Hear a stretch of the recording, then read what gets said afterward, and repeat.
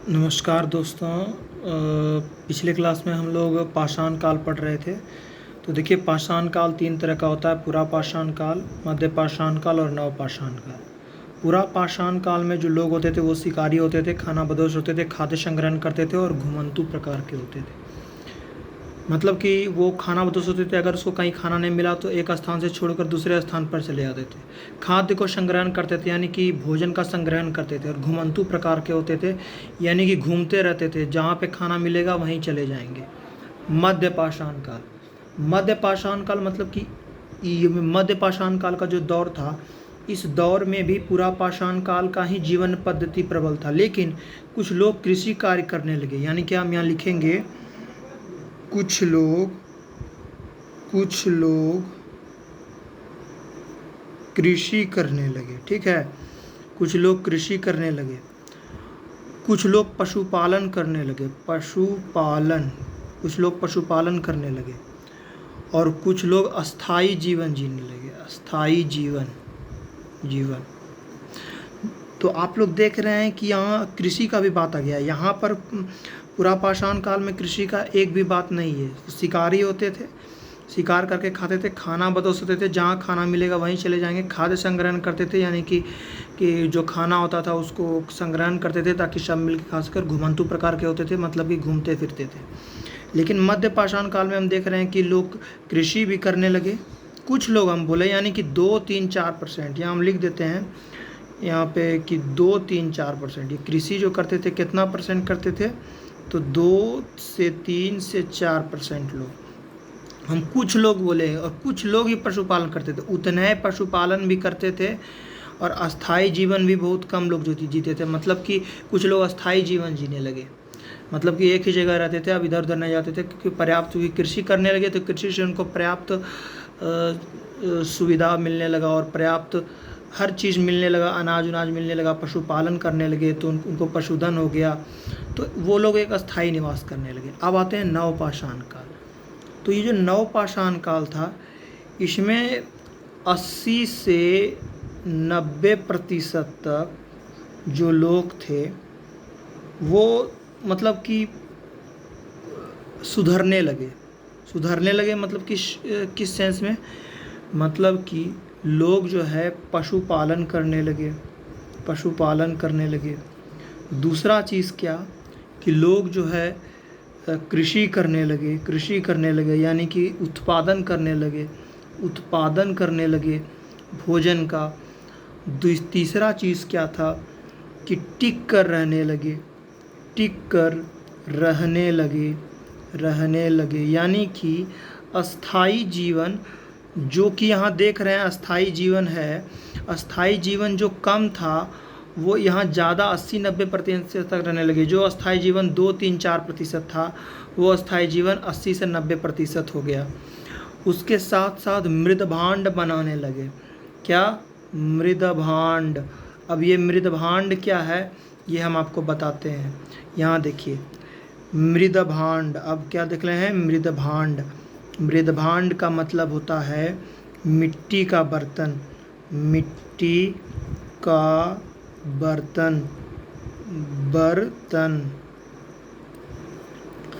यानी कि आप देख रहे हैं कि मान के चलिए ये हम बना रहे हैं मिट्टी का बर्तन। ये हो गया मिट्टी का बर्तन। ये मान के चलिए ये है घड़ा। ये क्या है? घड़ा। ये है मृद भांड। यानी कि हम सिर्फ एक एग्जाम्पल लिए हैं कि ये मृदभांड है। मृदभांड का मतलब होता है मिट्टी का बर्तन। तो हम देख लें कि यहाँ फिर से देखिए, जो पाषाण काल होता था वो 3 प्रकार का होता था: पूरा पाषाण काल, मध्य पाषाण काल और नवपाषाण काल। तो पूरा पाषाण काल में लोग शिकारी होते थे, खानाबदोश होते थे, खाद्य संग्रहण करते थे और घुमंतू होते थे। मध्य पाषाण काल में कुछ लोग कृषि करने लगे, पशुपालन करने लगे, अस्थाई जीवन जीने लगे, लेकिन यानी कुछ लोग 2-3-4%। लेकिन नवपाषाण काल में 80 से 90% लोग पशुपालन करने लगे, कृषि करने लगे, यानी उत्पादन करने लगे, और टिक कर रहने लगे, यानी कि अस्थाई जीवन जीने लगे।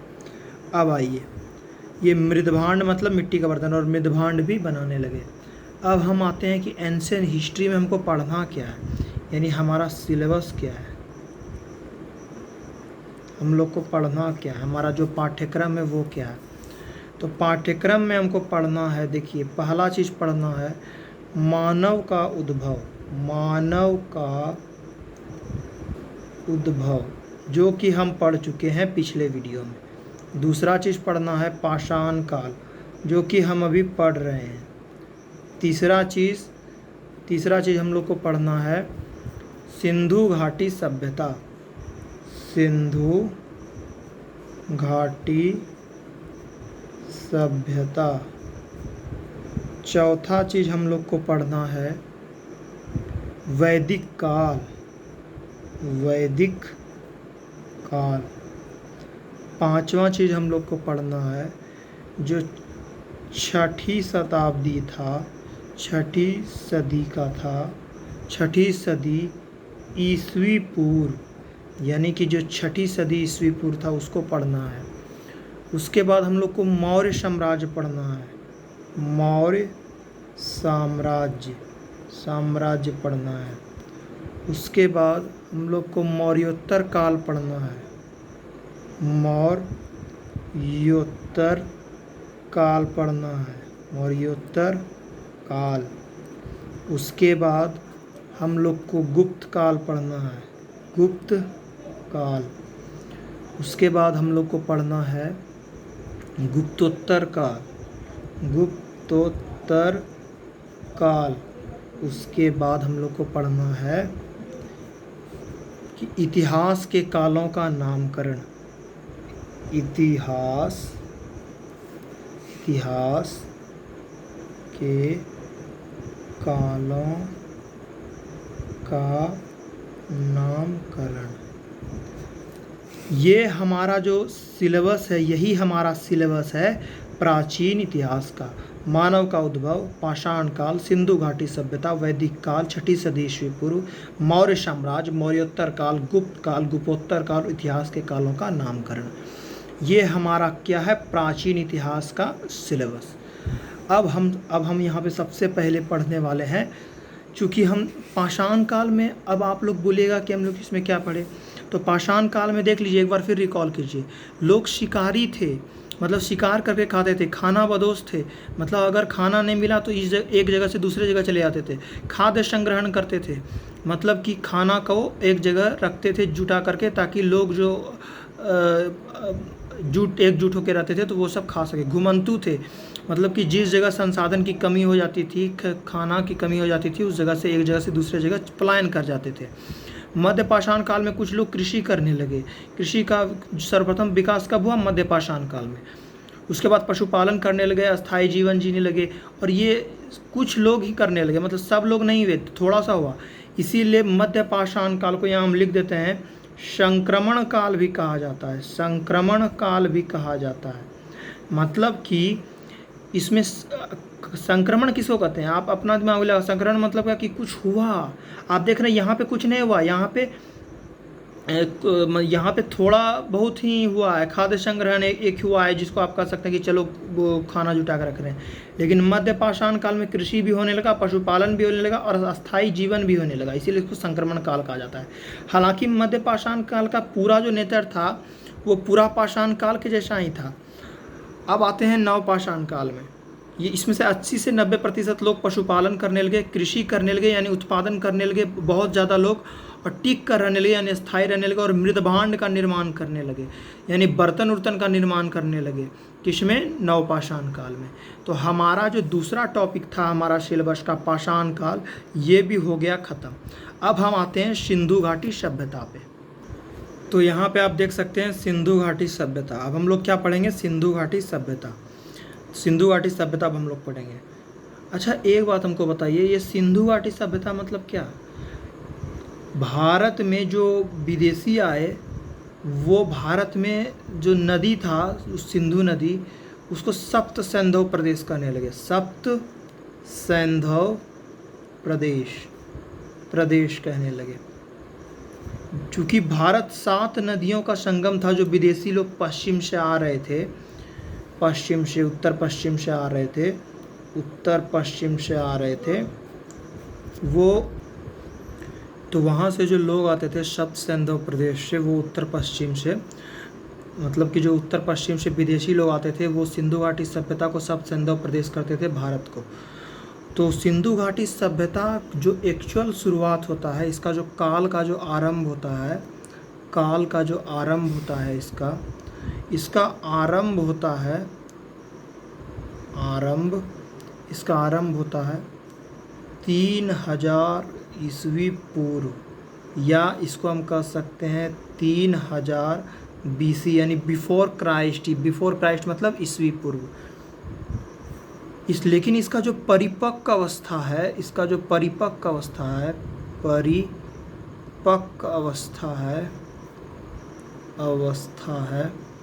परिपक्व अवस्था आता है 2500 ईस्वी पूर्व। अच्छा, आप लोग ये तो समझ जाते हैं ना 2500 ईस्वी पूर्व और 3000 ईस्वी पूर्व में बड़ा कौन है। देखिए, ये सबसे पहले ईस्वी पूर्व मतलब 3000 ईस्वी पूर्व, यानी ईसा से 3000 साल पहले। और ये परिपक्व अवस्था कब आया? 2500 ईस्वी पूर्व में, यानी 2500 BC में, 2500 BC में इसका परिपक्व अवस्था आया। अगला है कि 2000 BC के बाद, लेकिन जो 2000 ईस्वी था, ईस्वी पूर्व के बाद इसका पतन होने लगा, इसका पतन होने लगा। किसका पतन होने लगा? तो सिंधु घाटी सभ्यता का पतन होने लगा। फिर से ध्यान दीजिए, इसका काल आरंभ कब हुआ था? 3000 ईस्वी पूर्व, यानी 3000 BC। परिपक्व अवस्था आया 2500 ईस्वी पूर्व, यानी कि 2500 BC। 2000 ईस्वी पूर्व के बाद इसका पतन होने लगा, ठीक है, यानी कि जैसे 2000 ईस्वी पूर्व आया ना, बस इसका पतन होना चालू हो गया।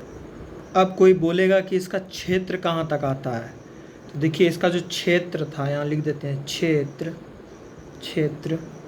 ये जो क्षेत्र था, ये शुरू होता था, ऐसे हम एक मैप बना देते हैं, उसके माध्यम से हम आपको समझा देंगे।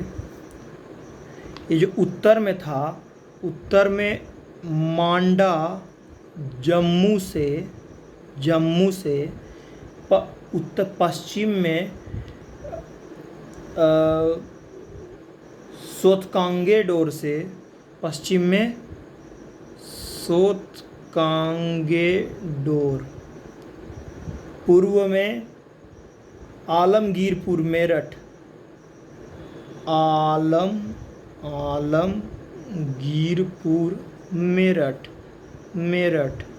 अच्छा, किसी के बीच मन में आएगा कि ये जो सोतकांगेडोर है ये कहाँ पड़ता है, तो ये जो सोतकांगेडोर है ये पड़ता है बलूचिस्तान में, यानी बलूचिस्तान मतलब कहाँ? जो पाकिस्तान का एक प्रांत है बलूचिस्तान, वहीं पे। और ये लास्ट वाला यानी कि जो दक्षिण में दायमाबाद महाराष्ट्र,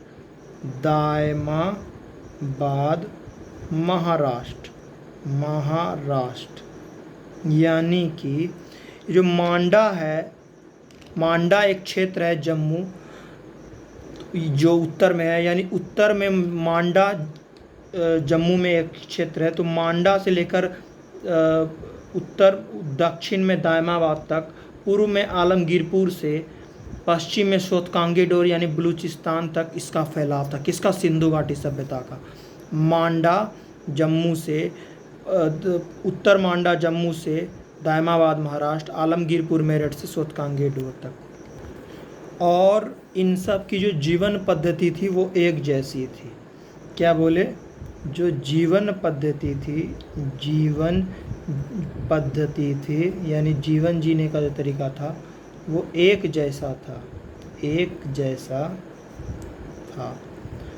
अगला पॉइंट है जो सिंधु घाटी सभ्यता है, उसका जो विशेषता है, मतलब कि विशेषता क्या क्या है, यही अब आपको बताएंगे। तो उसका हम यहाँ पे एक लाइन खींच देते हैं, एक लाइन खींच दिए। अब इस लाइन में हम लिखते रहेंगे सब विशेषता। पहला विशेषता था कि ये नगरीय सभ्यता थी। नगरीय सभ्यता, ये एक प्रकार का नगरीय सभ्यता। दूसरा, ये नियोजित, इसमें नियोजित नगर था, नियोजित नगर। तीसरा पॉइंट था कि इसमें अंतर्राष्ट्रीय व्यापार होता था, अंतर्राष्ट्रीय व्यापार होता था, व्यापार।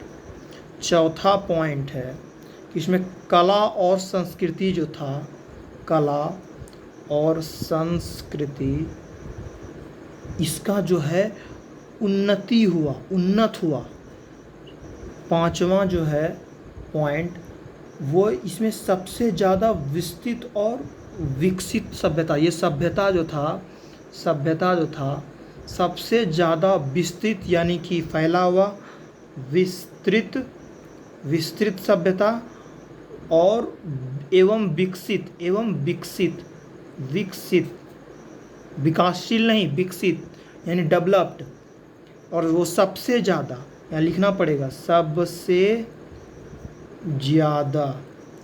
ज़्यादा विस्तृत और विकसित सभ्यता है प्राचीन का। और अगला पॉइंट है कि ये नदी घाटी सभ्यता है, नदी घाटी सभ्यता। चूँकि ये सिंधु घाटी सभ्यता है, तो आप जानते हैं कि सिंधु नदी है, तो इसीलिए इसको क्या कहते हैं, नदी घाटी सभ्यता भी कहते हैं। तो आप देख सकते हैं कि चूँकि ये नगरीय सभ्यता भी इसको कहते हैं, इसकी विशेषता, इन सभ्यता की विशेषता। यहाँ पे एक और बात है कि जीवन पद्धति एक जैसा था। मतलब कि जो जम्मू जो था, मांडा जम्मू में, उत्तर में मांडा जम्मू से दक्षिण में दायमाबाद महाराष्ट्र तक, पूर्व में आलमगीरपुर मेरठ से पश्चिम में सोतकांगे डोर तक, यानी कि हजारों हजार शहर थे उस समय। बलूचिस्तान, सोतकांगे डोर कहाँ है, बलूचिस्तान में। अब आते हैं इसके सभ्यता विशेषताओं पर। तो नगरीय सभ्यता थी और सारे नगर नियोजित थे, अंतर्राष्ट्रीय व्यापार होता था एक देश से दूसरे देश, और कला और संस्कृति का उन्नति हुआ, बहुत उन्नत कला और संस्कृति था। सभ्यता विस्तृत और विकासशील और सबसे ज़्यादा सभ्यता थी, और नदी घाटी सभ्यता थी। और सबसे प्राचीन सभ्यता यही है, सिंधु घाटी सभ्यता। क्या है सबसे प्राचीन सभ्यता? तो सिंधु घाटी सभ्यता। तो एक बार हम लोग फिर देख लेते हैं। देखिए, इसमें जो सिंधु घाटी सभ्यता के बारे में हम पढ़े कि इसका काल जो आरंभ होता है वो 300 ईस्वी पूर्व से, मतलब कि 3000 ईस्वी पूर्व से स्टार्ट होता है इसका काल। लेकिन इसका जो परिपक्व अवस्था आता है वो 2500 ईस्वी पूर्व से आता है। 2000 ईस्वी पूर्व के बाद इसका पतन होने लगा। इसका जो फैलाव था, उत्तर में मांडा जम्मू से दक्षिण में दायमाबाद महाराष्ट्र तक, पूर्व में आलमगीरपुर मेरठ यानी जो उत्तर प्रदेश में पड़ता है से पश्चिम में सोतकांगे डोर बलूचिस्तान तक इसका फैलाव था। लेकिन 2000 ईस्वी के बाद इसका पतन होने लगा। अच्छा, तो ये कोई भी तो पूछ सकता है, अच्छा पतन होने का कारण बताओ तो, क्यों पतन हुआ? अच्छा, मान सकते हैं कि इसका क्षेत्र इतना बड़ा था, लेकिन इसका पतन क्या हुआ, क्यों हुआ इसका पतन? देखिए, यहाँ जो जीवन पद्धति थी एक जैसी थी, यानी सब जगह जीवन पद्धति एक विशेषता में नगरीय सभ्यता थी, नियोजित नगर था, अंतर्राष्ट्रीय व्यापार था, कला संस्कृति उन्नति, सभ्यता विस्तृत और सबसे ज़्यादा बड़ी थी, और नदी घाटी सभ्यता। सिंधु घाटी सभ्यता को नदी घाटी सभ्यता कहा जाता है, क्योंकि सिंधु खुद अपने आप नदी है, और अभी पाकिस्तान में है, तो सिंधु जल समझौते पर भी विवाद होता है कभी कभी, आपको तो पता ही है ये सब। तो इसके पतन का कारण क्या है? चलिए हम लिखेंगे नहीं, लेकिन डिस्कस कर लेते हैं। इसका पतन हो गया। अच्छा, पतन हो गया तो पतन क्यों हुआ और पतन कब हुआ? तो हम पहले भी बता चुके हैं कि 2000 BC, यानी BC मतलब बिफोर क्राइस्ट, यानी कि ईस्वी पूर्व, 2000 ईस्वी पूर्व इसका जो है क्या कहते हैं, धीरे धीरे पतन होने लगा। तो क्यों पतन हुआ? क्योंकि इसका जो विशेषता था कि ये नगरीय सभ्यता थी, ये धीरे धीरे खत्म होने लगा। नगरीय सभ्यता की इनका विशेषताओं का खत्म होने लगा, ये सब जो विशिष्टता है इसका धीरे धीरे पतन होने लगा। तो किसी भी चीज़ का अगर विशेषता का पतन हो जाता है तो वो सभ्यता का भी पतन होने लगता है।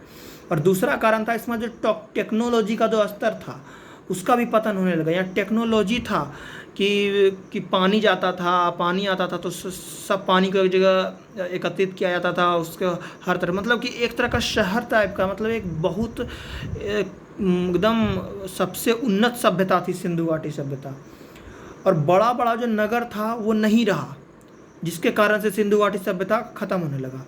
और बड़े पैमाना पर जो नगर जो नहीं रहा, उसके कारण जो नियोजन जो नहीं होने लगा, और लार्ज स्केल पर जो क्षेत्रीय और अंतर्राष्ट्रीय ट्रेड नहीं होने लगा। तो हम यहाँ पर लिखे हैं, आप देख लीजिए कि अंतर्राष्ट्रीय व्यापार होता था, तो लार्ज स्टेज पर जो अंतर्राष्ट्रीय व्यापार नहीं होने लगा, उसके चलते जो है इसका पतन होना तय होगा। क्योंकि व्यापार नहीं होगा तो पैसा नहीं आएगा, और पैसा नहीं आएगा तो किसी का कोई अपना सभ्यता, किसी की सभ्यता का विकास कैसे होगा।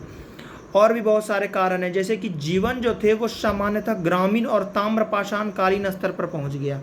मतलब वहाँ का जो जीवन था वो उन्नत स्थिति से हट के ग्रामीण और ताम्रपाषाण कालीन स्तर तक पहुंच गया। अब हम लोग पढ़ेंगे वैदिक काल।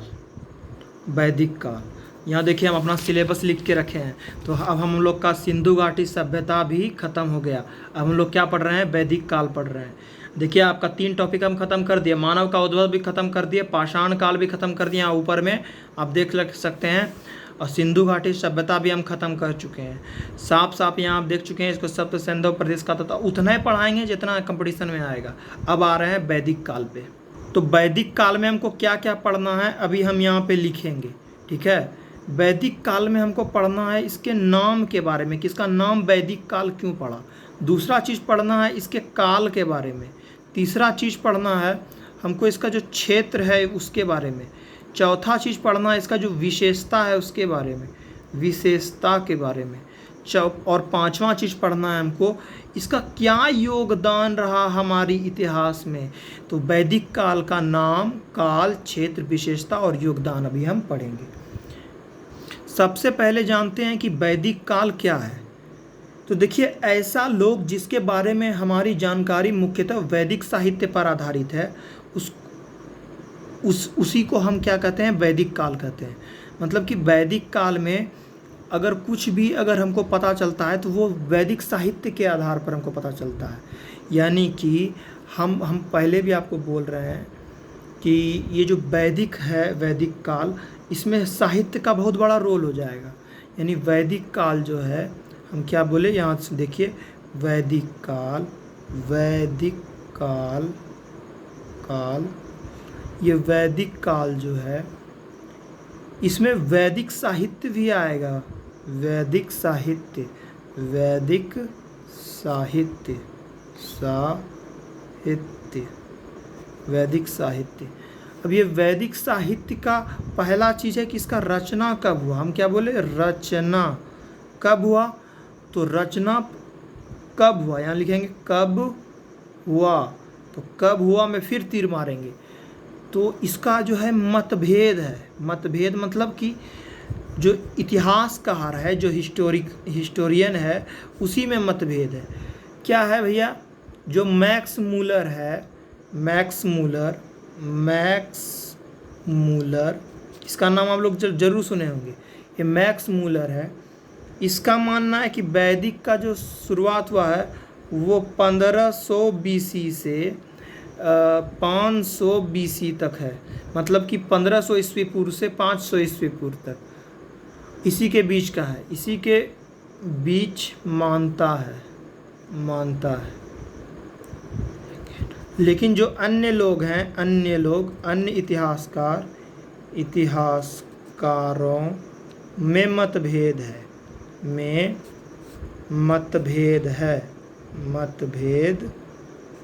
है।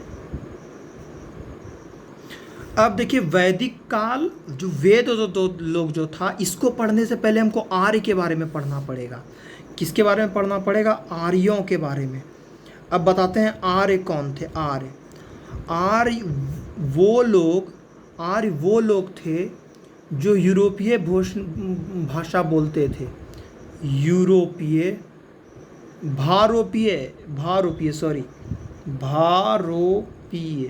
भारोपीय यानी भारत और यूरोपीय को मिला के क्या हो गया, भारोपीय भाषा। ये भारोपीय भाषा बोलने वाले लोग जो थे उसको आर्य कहा जाता था। आर्य का मतलब क्या होता है, आर्य का मतलब होता है महान या सज्जन। ये कहते हैं सज्जन है, ये सज्जन कौन है, ये आर्य कौन है। तो ये आर्य का मतलब होता है महान या सज्जन। देखिए अब इसके नाम के बारे में पढ़ लिए, काल के बारे में पढ़ लिए। काल हम पढ़ लिए वैदिक काल, जो वैदिक साहित्य इसका रचना कब हुआ, तो इसमें मैक्स मूलर को ही हम ज़्यादा देंगे क्योंकि अन्य इतिहासकारों में तो मतभेद है। इसका कब हुआ था, 1500 ईस्वी, 1500 ईस्वी से 500 ईस्वी तक। अब इसके हम लोग क्षेत्र के बारे में पढ़ेंगे।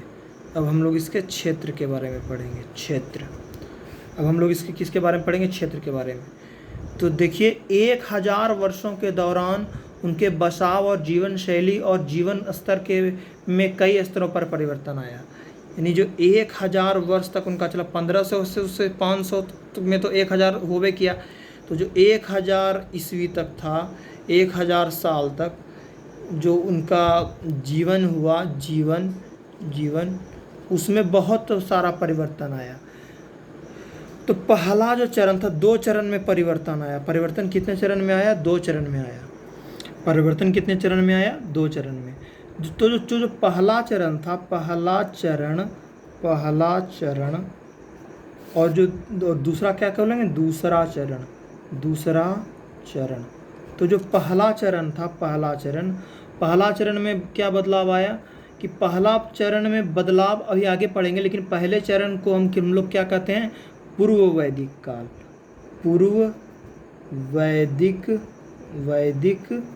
काल। और दूसरे चरण को हम लोग क्या कहते हैं, दूसरे चरण को हम लोग कहते हैं उत्तर वैदिक काल।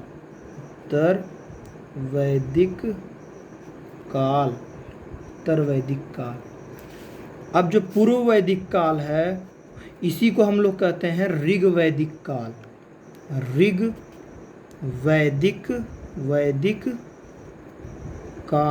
इसको हम लोग क्या बोलते हैं, ऋग वैदिक काल।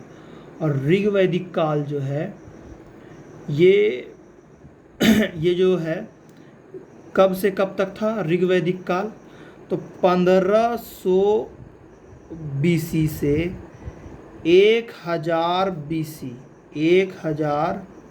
BC, यानी कि मोटा मोटी 500 साल। और इसी को ऋग वैदिक काल को हम लोग पूर्व वैदिक काल कहते हैं।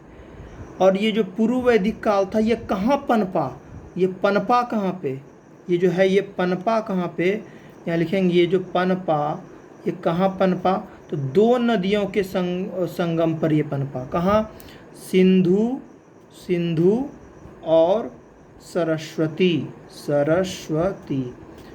फिर से रिवाइज कीजिए, जो क्षेत्र था, किसका क्षेत्र, वैदिक काल का क्षेत्र के बारे में हम लोग पढ़ रहे हैं। क्षेत्र में हम लोग 2 चरण में पढ़े, पूर्व वैदिक काल और उत्तर वैदिक काल। पूर्व वैदिक काल को ऋग वैदिक काल कहा जाता है, और जो 1500 BC से 1000 BC तक चला। कहाँ पनपा, सिंधु और सरस्वती नदी के किनारे। अब ये जो उत्तर वैदिक काल है, उत्तर वैदिक काल 1000 BC से 500 BC तक चला, बिफोर क्राइस्ट तक चला, यानी कि 1000 ईस्वी पूर्व से 500 ईस्वी पूर्व तक चला। और ये किस नदी के किनारे पनपा, यानी कि जो ये काल था उत्तर वैदिक काल, ये पनपा गंगा और यमुना नदी के किनारे। यानी कि भारत के धर्म, भाषा, दर्शन, साहित्य, समाज आदि के निर्माण में वैदिक साहित्य की अहम भूमिका थी। यहाँ लिखेंगे क्या, भारत के धर्म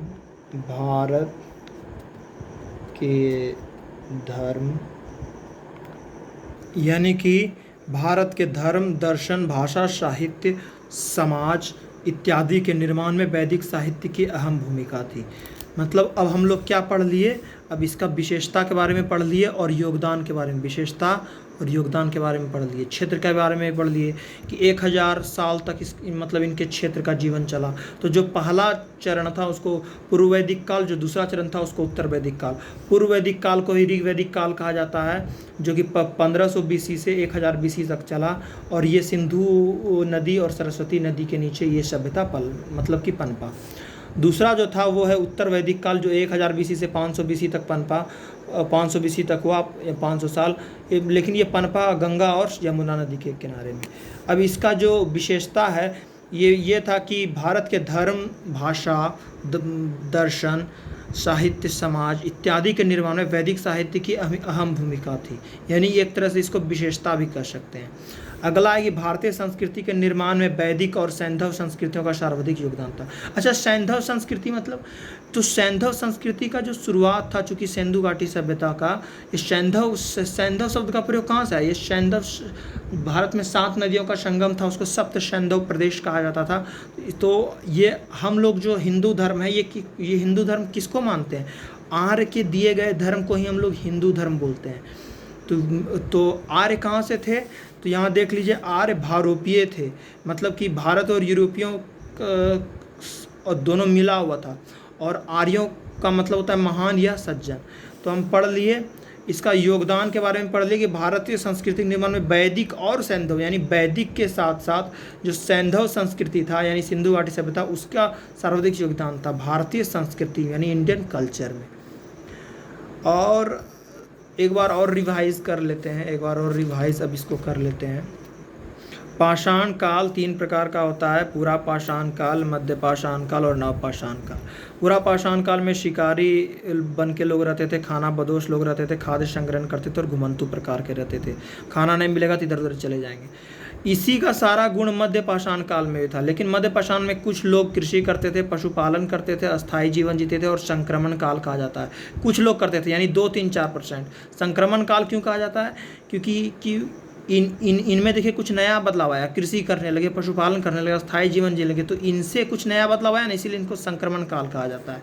लेकिन नवपाषाण काल में जो है सब कुछ ही बदलने लगा, 80 से 90% तक पशुपालन ज़्यादा होने लगा, कृषि ज़्यादा होने लगा, उत्पादन ज़्यादा होने लगा, टिक कर रहने लगे, स्थायी जीवन जीने लगे और मृदभांड का यानी मिट्टी के बर्तन का निर्माण करने लगे। मृदभांड मतलब मिट्टी का बर्तन, अब यहाँ दिखा सकते हैं, एक चित्र के माध्यम से दिखाएं। सिलेबस में को क्या क्या करना है? मानव का उद्भव, पाषाण काल, सिंधु घाटी सभ्यता, वैदिक काल। तो अभी आप जानते हैं कि हम वैदिक काल को हम अभी तुरंत कवर कर दिए, 4 चीज़ पढ़ चुके। तो और कल पढ़ेंगे 6ठी सदी ईस्वी पूर्व। आज तक का क्लास वैदिक काल तक ही रहने देते हैं, 6ठी सदी ईस्वी पूर्व पढ़ेंगे। अब बाकी जितना भी पढ़ा है इस सब को आप पढ़ के रिवाइज करके, और इसका जो क्वेश्चन है वो आप हमको कमेंट में शेयर कर सकते हैं। और क्वेश्चन में अगर आपको कुछ अगर आप कुछ बताना चाहते हैं तो वो भी बता सकते हैं कि हम कहाँ इम्प्रोवाइज़ कर सकते हैं। और आप देखिए सिंधु घाटी सभ्यता, उसके बाद में पाषाण काल के बाद में सिंधु घाटी सभ्यता। तो सिंधु घाटी सभ्यता में काल, इसको सप्त सैंधव प्रदेश भारत को कहा जाता है, जो उत्तर पश्चिम से जो आर्य आए थे। तो इनका काल आरंभ होता है 3000 ईस्वी पूर्व से, यानी 3000 बीसी से, लेकिन इसका परिपक्व अवस्था आता है 2500 ईस्वी पूर्व यानी 2500 बीसी। 2000 ईस्वी पूर्व के बाद इसका पतन होने लगा, यानी कि 2000 ईस्वी पूर्व के बाद इसका पतन होने लगा। इसका प्रमाण मिलता है मांडा, जो कि जम्मू कश्मीर का एक क्षेत्र है, मांडा। तो उत्तर में जम्मू कश्मीर से लेते लेते दक्षिण में दायमाबाद महाराष्ट्र में एक जगह है, वहाँ तक। सोचिए कितना बड़ा सभ्यता था। पूर्व में आलमगीरपुर मेरठ यानी उत्तर प्रदेश से लेकर सोतकांगेदोर, यानी कि सोतकांगेदोर कहाँ था? बलूचिस्तान, जो कि अभी पाकिस्तान का एक स्टेट है बलूचिस्तान। तो वहाँ उतना बड़ा क्षेत्र था, क्या कहते हैं, सिंधु घाटी सभ्यता का। अभी जो इतना बड़ा क्षेत्र था उसके जीवन जीने का पद्धति भी एक जैसा था। अब ऐसा है कि सभ्यता का विशेषता क्या क्या था? तो ये नगरीय सभ्यता थी, नियोजित नगर था, यानी कि सब कुछ एक जैसा था। अंतर्राष्ट्रीय व्यापार होता था, एक देश से दूसरे देश व्यापार होता था। कला और संस्कृति बहुत उन्नत स्तर पर था। सभ्यता विस्तृत थी और विकसित थी, यानी कि डेवलप्ड थी। नदी घाटी सभ्यता कहा जाता है इसको, सबसे ज़्यादा विकसित थी और नदी घाटी सभ्यता कहा जाता है। और इसका जो पतन हुआ 2000 बीसी तक हुआ। इसका पतन का कारण भी आपको बता चुके हैं कि इनकी विशेषताओं का पतन होने लगा, इनके टेक्नोलॉजी स्तर का पतन होने लगा, बड़े बड़े नगर ख़त्म होने लगे, बड़े बड़े पैमाने पर नगर नहीं रहे, नियोजन ख़त्म होने लगा। जो लार्ज स्केल पर जो क्षेत्रीय और अंतर्राष्ट्रीय ट्रेड होता था, यानी व्यापार होता था, वो ख़त्म हो गया। और जीवन जो है सामान्य स्तर पर आ गया, ग्रामीण स्तर पर आ गया, ताम्रपाषाण कालीन स्तर तक पहुँच गया। इसीलिए इसका क्या हो गया? पतन हो गया। अब पहले वाला जीवन नहीं रहा। अगला देखिए वैदिक काल। वैदिक काल में हमको पढ़ना होता है नाम, काल, क्षेत्र, विशेषता, योगदान। तो देखिए नाम वैदिक काल, यानी कि नाम तो हम जानते हैं कि वैदिक काल मतलब क्या, ऐसे लोग जिसके बारे में हमारी जानकारी मुख्यतः वैदिक साहित्य पर आधारित है। तो इसका नाम मतलब क्या, नाम पर ही देख रहे हैं वैदिक काल, यानी कि वैदिक साहित्य के आधार पर जो जिनके बारे में पता चलता है उसको हम वैदिक काल कहते हैं, जिस काल के बारे में पता चलता है। यानी कि इनकी रचना कब हुई, कौन थे, क्षेत्र क्या था और जीवन के बारे में क्या जानकारी था, इनके बारे में हम पढ़ेंगे। तो काल, तो वैदिक काल, वैदिक साहित्य, वैदिक काल कब किससे पता चलता है, वैदिक साहित्य से। और साहित्य का रचना कब हुआ, तो इसमें मतभेद है साहित्य का रचना में कि इसका वैदिक साहित्य का रचना कब हुआ। लेकिन मैक्स मूलर है जो इनका मानना है कि 1500 से 500 BC तक के बीच इनका निर्माण हुआ, जो मैक्स मूलर उसका मानना है। लेकिन अन्य इतिहासकारों में मतभेद है। इसका मतलब ये 1000 सालों तक चला, 1500 BC से 500 BC तक, यानी 1000 सालों तक इनका जीवन चला। तो देखिए ये जो वैदिक काल था ये 2 चरणों में चला, पहला चरण, दूसरा चरण। पहला चरण में पूर्व वैदिक काल, दूसरा चरण में उत्तर वैदिक काल। तो पूर्व वैदिक काल को ऋग वैदिक काल कहा जाता है, जो कि 1500 से 1000 BC तक चला, यानी कि पूरे 500 साल, 500 साल। और ये भी उत्तर वैदिक काल भी 1000 से 500 BC तक, यानी कि 500 साल, 500 साल चला। ठीक है। और ये जो पूर्व वैदिक काल था ये सिंधु और सरस्वती नदी के किनारे पनपा, और ये जो उत्तर वैदिक काल था ये गंगा और यमुना नदी के किनारे पहुंचा। अब आते हैं कि हम तो इसका क्षेत्र के बारे में पढ़ते हैं, विशेषता के बारे में पढ़ते हैं। तो भारत का जो धर्म था, दर्शन था, यानी जो हम लोग लिखते हैं पढ़ते हैं, भाषा था, साहित्य था, समाज था। भाषा यानी कि लैंग्वेज, साहित्य यानी कि जो हम लेखन कला होता था, जो किसी चीज़ के संस्कृति के बारे में लिखा जाता है साहित्य, समाज यानी कि जो सोसाइटी था, इत्यादि के निर्माण में वैदिक साहित्य की अहम भूमिका थी। तो वेद से ही, वेद के यूज से ही उसका साहित्य बना। अगला पॉइंट है कि जैसे हम योगदान के बारे में अब पढ़ेंगे, तो इसमें भारतीय संस्कृति के निर्माण में वैदिक और सैंधव संस्कृतियों का सर्वाधिक योगदान था। ये हमारा एक निष्कर्ष पॉइंट हो गया। तो रहने देते हैं आज यहीं तक, यहाँ द एंड कर रहे हैं। लेकिन आपसे ये गुजारिश करेंगे कि हम जो आपको चारों टॉपिक पढ़ा दिए हैं, मानव का उद्भव, पाषाण काल, सिंधु घाटी सभ्यता और वैदिक काल, ये चारों आप रिवाइज़ करके आएंगे। और जितना पढ़ाए हैं उतना ही रिवाइज़ कर लीजिएगा तो काफ़ी है। लेकिन अगर आप कुछ ज़्यादा भी पढ़ना चाहते हैं, अगर आपको कुछ ज़्यादा आता है तो आप हमें बताइए। एक टीचर ना समझ करके, एक स्टूडेंट और एक दोस्त समझ करके बताइए कि कहाँ क्या इम्प्रोवाइज़ कर सकते हैं। और बाकी अगला वीडियो में हम पढ़ेंगे 6वीं शताब्दी ईस्वी पूर्व। नमस्कार।